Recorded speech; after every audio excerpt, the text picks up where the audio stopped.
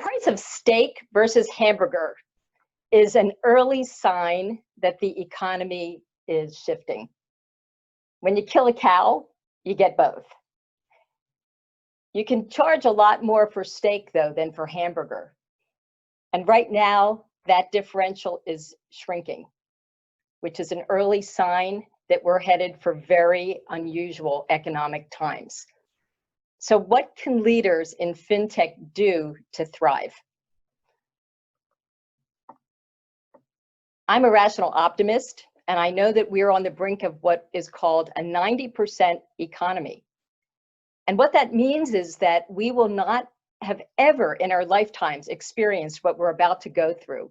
So any 5-year plans, any strategic plans that you've got on the shelf, all bets are off. We all know the same things, that what's up is esports and Zoom, but so is unemployment. And digital health is up.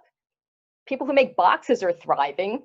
Lego's thriving. Clorox is thriving. Amazon's thriving. Touchless payments are thriving. Government debt, unfortunately, is also up, and so is bankruptcy. What's down is tourism. We know that universities, real estate, branch banks, GDP, urban transit, mental well-being are all down. So what do we do about this? What do we do now? And I would say that the first thing we have to do is learn to read the change. We have to be brilliant at it. Number 2, we have to be insanely skilled at shifting gears. And number 3, we need to be inspiring, because we need to be fully committed that we've got this. One of the things that I know from my role at Futureproofing Next, because we help companies get through these inflection points, there's always someone who does well as the seesaw changes. So we're observing things like what will happen to call centers as people work more from home, the touchless payments that was such an obstacle just a few months ago, and now virtually overnight, those obstacles have gone. Flexible work, upskilling. So what do we do about all of this?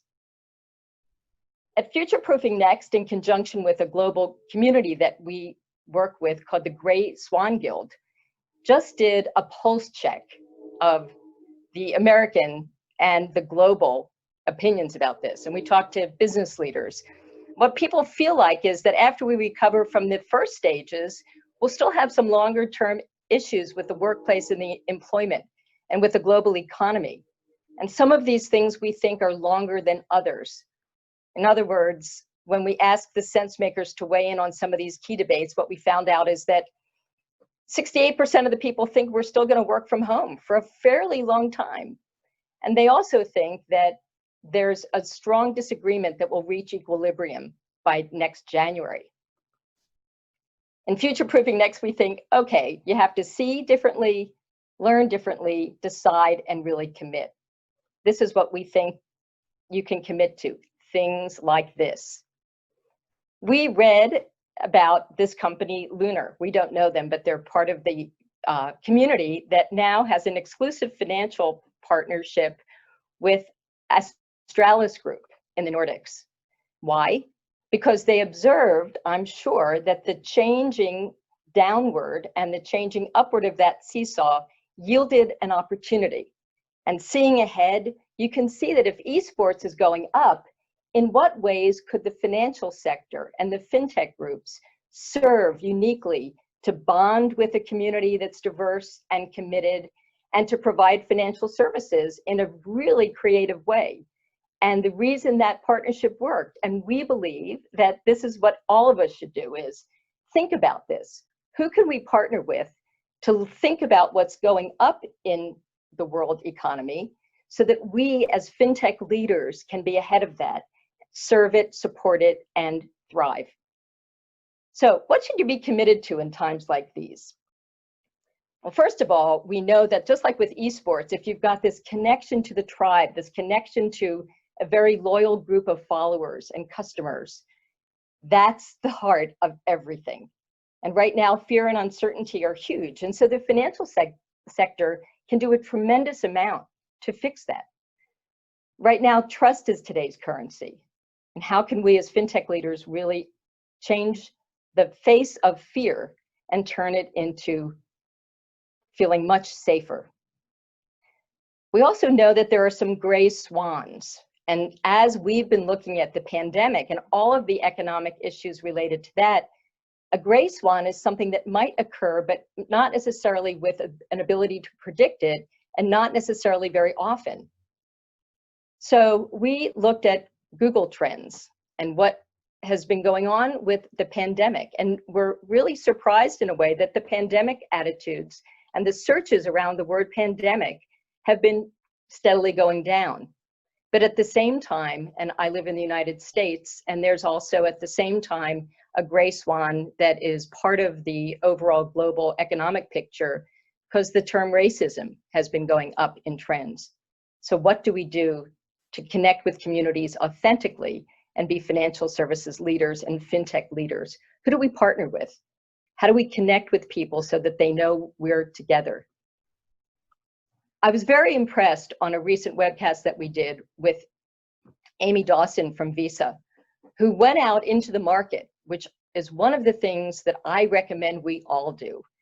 You go out and you talk to your customers, and you know that you've got to listen carefully, because right now, according to Visa, and this is public information, cash and currency concerns, financial security, there aren't any good solutions. You're trading off something like more expensive delivery for the fear of going grocery shopping in a store.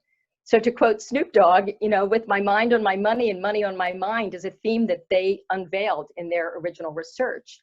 What can we do as fintech leaders to do our own research and find out what are the pain points that we can work on and what are the jobs to be done today? So we think finally the third part of this is that we have to be inspired. We have to commit to earn trust forever. And I believe we should lead movements, no matter whether we're the David or the Goliath, because I believe that we have agency over the future. We are not victims of these news headlines. We are leaders of organizations that can shape our future. So what we think is that we can, of course, use at the bottom of the pyramid back to work initiatives. Going a little higher, we can redesign our work. We can reimagine the future. And what would it be like if we as fintech leaders did what Lunar and Astralis Group did? Create liaisons, partnerships, and bedfellows so that 1 + 1 is 3. And there's a greater vision for a bigger future together. So can you see differently, learn, decide, and commit? Well, yes, to lead a movement, this is a book that we recommend. We recommend that you read the book Cascades and come forward and lead these movements. Get brave, get inspired. And there's also a great book called The Forever Transaction, which talks about companies like Peloton and Netflix that have developed ways to be so loyal. I mean, 89% of companies that have forever transactions as part of their business model stayed in business and afloat during this pandemic. We recommend that you lead a movement and that you work on forever transactions. So finally, do this now. What do you have to do? You should shift to the upside of the seesaw. If esports is up, how can you play a role in what's going up? If customer conversations need to come from us, we need to find out about our own customers. And finally, what do we do to earn trust forever? And I think we should lead a movement. At Futureproofing Next, we are very committed to companies being able to get ahead of any change that happens and preparing for that. And so we study the future of finance and work with people to figure out what the future might be and how they can bring their best game forward. We know that there's proof that people have done this. We know that in the 2008 financial crisis, people were either founders, phoenixes, or failures. And out of that, the fires and flames of the 2008 challenges came Venmo and Cloudera and other companies that thrived. So the question is, what are you going to do to lead a movement, to future-proof, and to really develop a new path to growth? Let's do this.